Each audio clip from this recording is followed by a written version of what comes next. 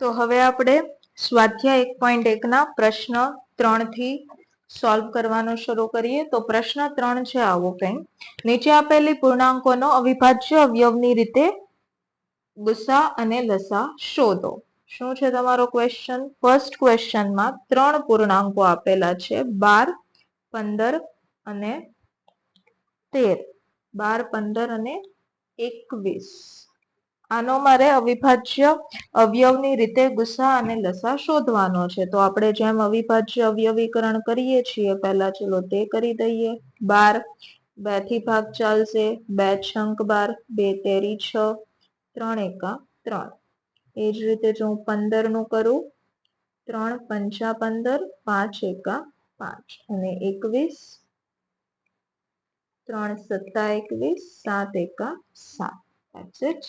તો હવે હું અવયવ લખી દઉં. 12 ને હું કહી શકું 2 ગુણ્યા 2 એટલે 2 નો વર્ગ ગુણ્યા 3. 15 આપણે લખી શકીએ 3 ગુણ્યા 5 અને 21 3 ગુણ્યા 7. મારે શું લખવાનું છે? ગુસા અને લસા ત્રણેય નંબરનો. તો શું થશે? તે ગુસા 12, 15 અને 21, લસા પણ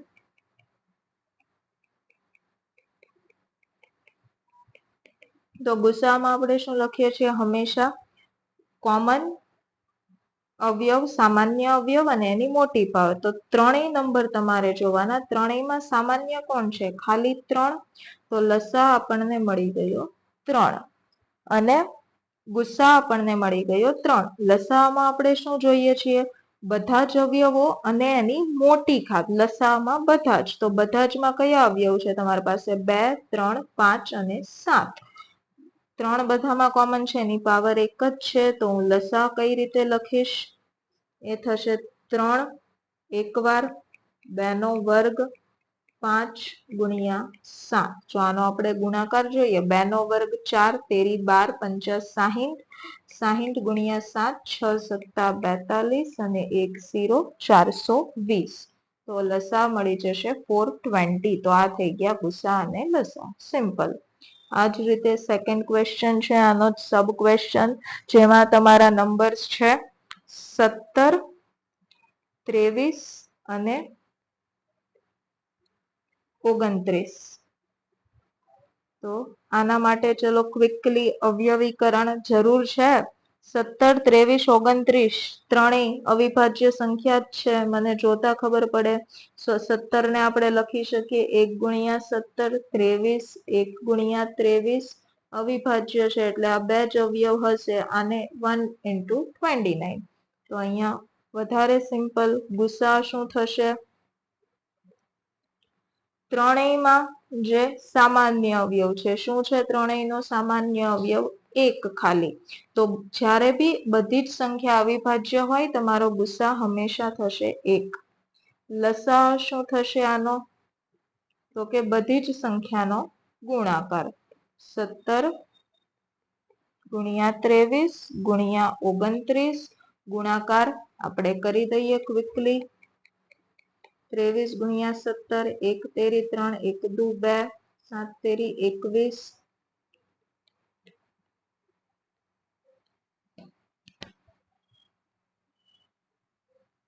બરાબર. તો 23 ગુણ્યા 17 મારી પાસે આવ્યા 391. હવે 391 ને ગુણવાના છે 29 થી.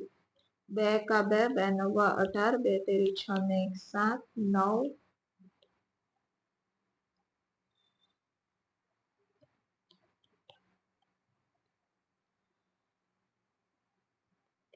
આનો ગુણાકાર આવશે 11339. ઓકે. ગુણાકાર કરવામાં ઉતાવળમાં કોઈ ભૂલ કરવી નહીં. તો આપણી પાસે લસા આવી ગયો 11339.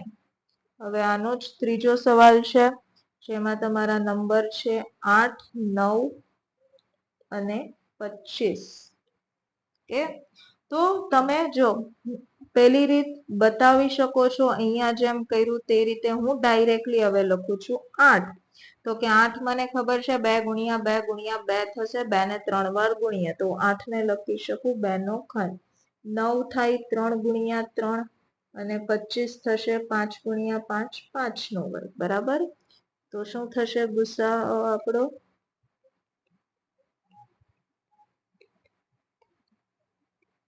કોમન બધામાં.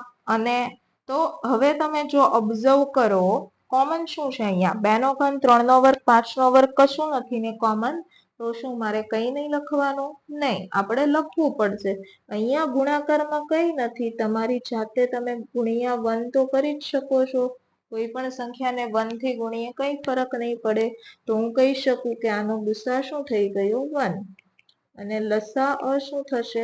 બધી જ સંખ્યાનો ગુણાકાર, જેમ હમણાં પાછળ થયું હતું એ જ સેમ વસ્તુ. 2 નો ઘન 8, 3 નો વર્ગ 9, 5 નો વર્ગ 25. તો 8 9 72 અને 72 ગુણ્યા 25 જો હું કરું, 25 ગુણ્યા 72, 25 દુ 50 નો 0 વધી આવી 5, 25 ગુણ્યા 7 175 અને 5 થશે 180. તો તમારો લસા થશે 1800. અને આ થઈ ગયો ગુસા. That's it. ઓકે, તો આ તો પ્રશ્ન 2. હવે આપણે જોઈએ પ્રશ્ન 3 શું છે. પ્રશ્ન 3 હતો આ. હવે જોઈએ પ્રશ્ન 4 શું છે. તો પ્રશ્ન 4, જો ગુસા આ છે સવાલો લખું છું.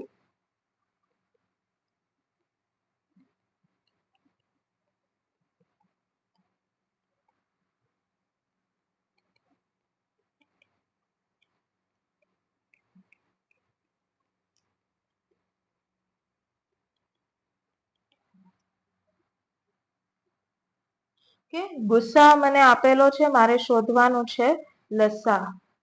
કઈ રીતે આપણે શોધીશું? તો લસા, તો આપણું જે સૂત્ર છે એનાથી જો ગુસા આપેલો હોય લસા શોધી શકું. આપણું સૂત્ર શું કહે છે કે ગુસા ગુણ્યા સંખ્યાનો લસા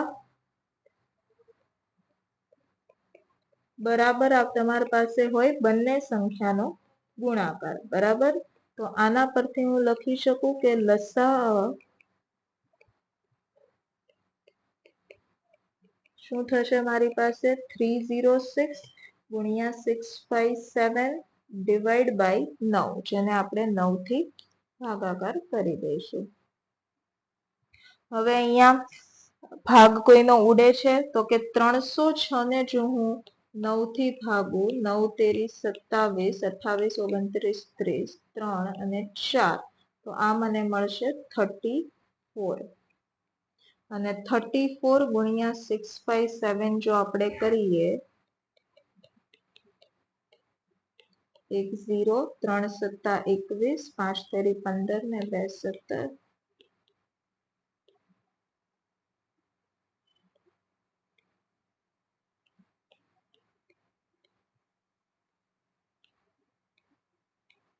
તો મારો લસા થશે આ 22338. તો આ છે આપણો ફાઇનલ આન્સર કે ગુસા થશે આ, લસા થશે આ. બરાબર. 22338. હવે પ્રશ્ન 5 આપણે જો જોઈએ આનો, તો હું ફટાફટ ક્વેશ્ચન લખી દઉં છું. શું છે પ્રશ્ન 5? કે કોઈક પ્રાકૃતિક સંખ્યા n માટે 6 પાવર n, 6 પાવર n નો અંતિમ અંક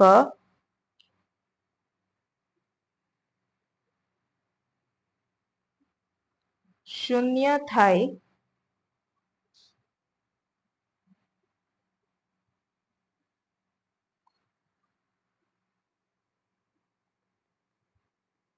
કે નહીં તે ચકાસો. આ છે ક્વેશ્ચન. તો આ કઈ રીતે કરીશું?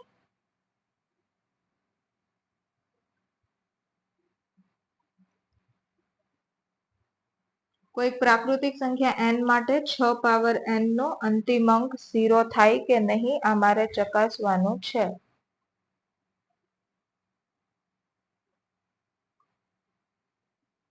કઈ રીતે આપણે ચકાસી શકીએ? તો આ ટાઈપનું આપણે એક ઉદાહરણ ઓલરેડી કરેલું છે. ઉદાહરણ એક તે જ રીત છે. ઓકે, તો કોઈ પણ આપણને ખબર છે કે જો કોઈ ધન પૂર્ણાંક સંખ્યા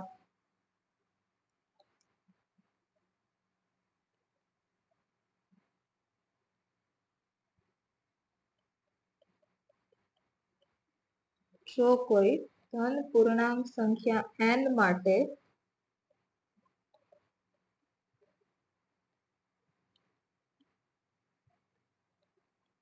અંતિમ અંક 0 થવા માટે શું કન્ડિશન છે? અંતિમ અંક 0 થાય તે માટે તેના અવયવમાં 2 અને 5 બંને કમ્પલસરી હોવા જોઈએ. બરાબર, 2 અને 5 હોવા જ જોઈએ. તો હવે આપણે જોવાનું છે કે 6 પાવર n ના અવયવીકરણમાં 2 અને 5 આવશે કે નહીં. તો આપણે જોઈએ 6 હું લખી શકું 2 ગુણ્યા 3.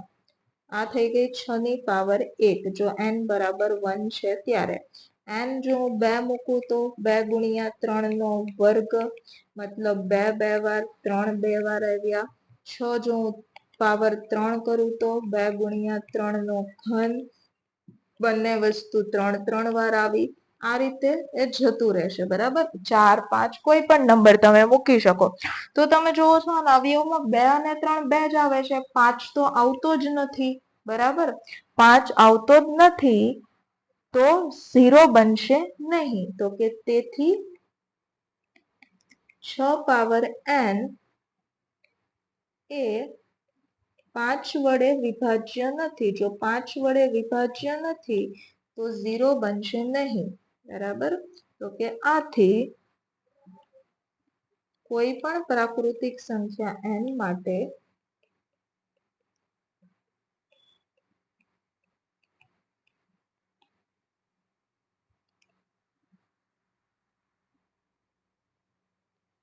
સિક્સ પાવર n નો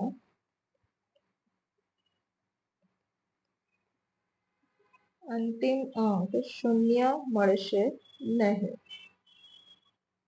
તો આ આપણું થયું કન્ક્લુઝન. આ થયો પ્રશ્ન 5. હવે જોઈએ પ્રશ્ન 6 શું કહે છે? તો કે પ્રશ્ન 6 એવો છે કે સમજાવો કે 7 ગુણ્યા 11 ગુણ્યા 13 પ્લસ 13 અને 7 6 5 4 3 2 1 પ્લસ 5 આ બંનેમાંથી આ બંને એ શા માટે વિભાજ્ય સંખ્યાઓ છે એ સમજાવવાનું છે.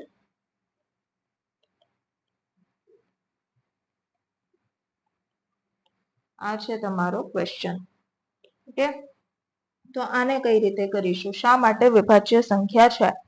તો આના માટે જ્યારે વિભાજ્ય સંખ્યાની ડેફિનેશન આપણે જોઈ ત્યારે એક ઇમ્પોર્ટન્ટ પોઈન્ટ હાઇલાઇટ થયેલો, તેનો ઉપયોગ આપણે કરીશું.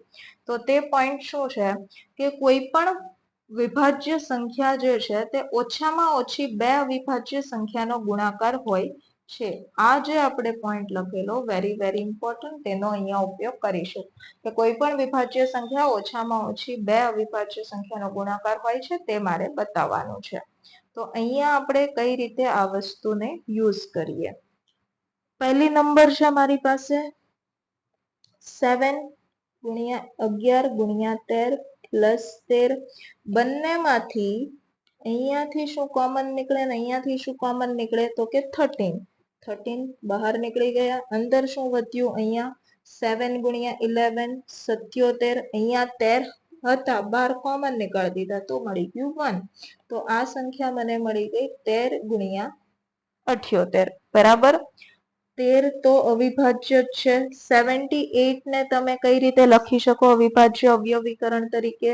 તો હું બતાવી દઉં છું અહીંયા ક્વિકલી. 2 તેરી 6, 2 નવા 18, 13 તેરી 39, 2 ગુણ્યા 3 ગુણ્યા 13 બરાબર.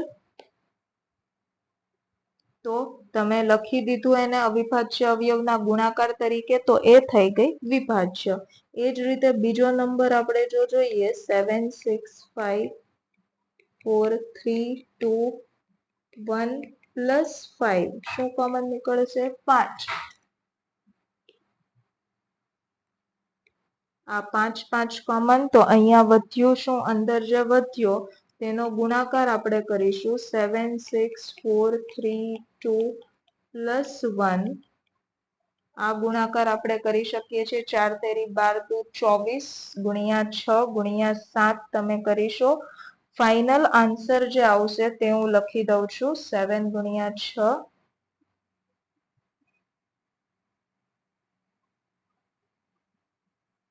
1008 પ્લસ 1 1009 ગુણ્યા 5 5045 બરાબર. એ થયું આ. ઓકે. ઓર ગુણાકાર કરવાની બદલે આને આમ જ રાખીએ, 5 ગુણ્યા 1009 લખી દઈએ.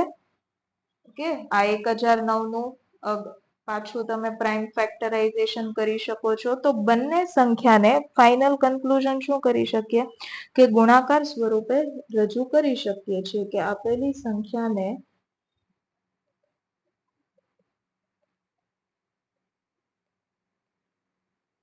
અવિભાજ્ય સંખ્યાના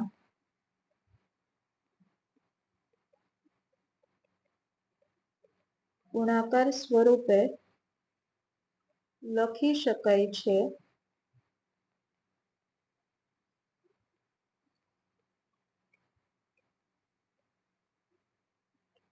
તેથી તે વિભાજ્ય સંખ્યાઓ છે.